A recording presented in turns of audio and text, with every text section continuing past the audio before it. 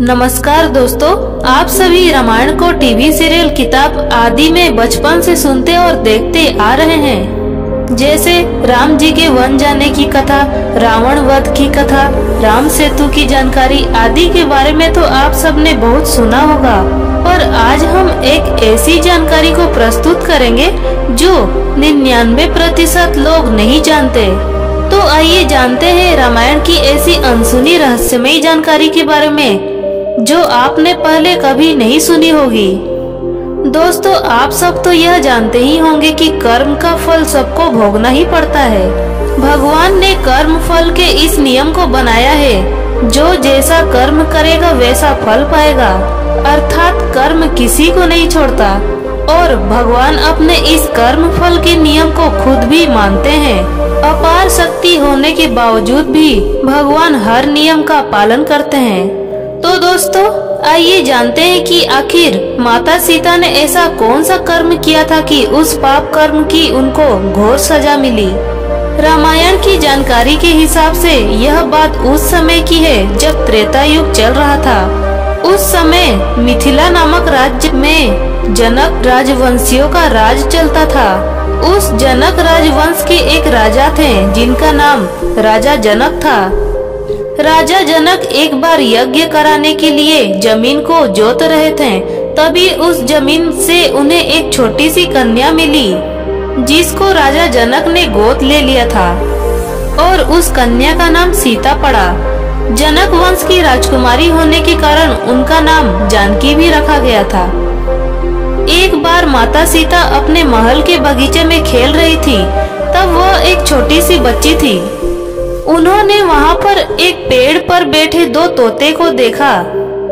उन्होंने सुना कि वह दो तोते उनके आने वाले भविष्य के बारे में सटीक भविष्यवाणी कर रहे हैं। माता सीता उनके पास जाकर उनसे पूछने लगी कि तुम दोनों मेरे आने वाले भविष्य की इतनी सटीक जानकारी का ज्ञान कहाँ से मिला। तब तोते ने बताया कि वह पहले ऋषि वाल्मीकि के आश्रम में रहते थे, जहाँ रोज राम सीता के जीवन के बारे में बताया जाता है। इसलिए हमें राम सीता के जीवन की जानकारी अच्छे से कंठस्थ याद है। माता सीता को वह दोनों तोते बहुत पसंद आ जाते हैं और उन्होंने सोचा कि क्यों न मैं इन्हें अपने पास ही रख लूं, ताकि अपने जीवन के बारे में और भी जानकारी ले सकूं। उन्होंने दोनों तोते से कहा कि आज से आप दोनों मेरे साथ राजमहल में ही रहोगे। नर तोते ने माता सीता से कहा कि मेरी पत्नी गर्भवती है। तब मादा तोते ने कहा कि मुझे अभी आप जाने दें, मैं अपने बच्चों को जन्म देकर वापस आपके पास आ जाऊंगी।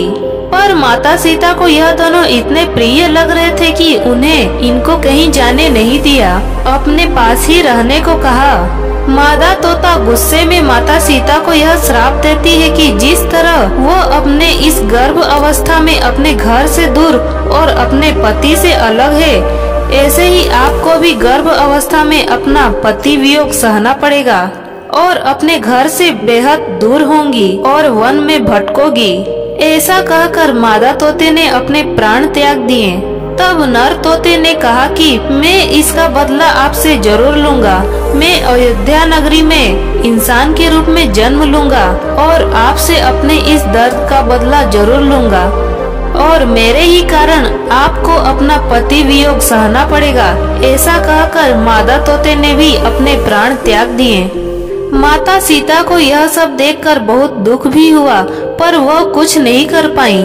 रामायण की कथा के अनुसार यह तोता अपने अगले जन्म में एक धोबी होता है और इसी धोबी ने माता सीता के गर्भवती होने पर चरित्र पर सवाल उठा दिया था और इसी कारण माता सीता को राम जी से दूर होना पड़ा था। तो दोस्तों, यह थी माता सीता के राम वियोग सहने की जानकारी। जाते जाते आपको यह सत्य ज्ञान बता दूं कि भगवान पृथ्वी पर जब अवतार लेते हैं तो अपने लीला को पूरा करने के लिए उन्हें किसी न किसी कारण की आवश्यकता होती ही है और यह सब कारण भी प्रभु की लीला के पात्र ही होते हैं। तो आप सभी कभी भी किसी भी कथाओं को सुने तो उसे प्रभु की लीला समझकर ही सुने या देखें। इससे आपके मन के अंदर कभी भी प्रश्न नहीं उठेगा और गलत भावना प्रकट भी नहीं होगी, और तब आप बुरे विचार वाले व्यक्तियों को भी सही जवाब दे सकेंगे। आशा करती हूँ कि आपको यह जानकारी पसंद आई होगी।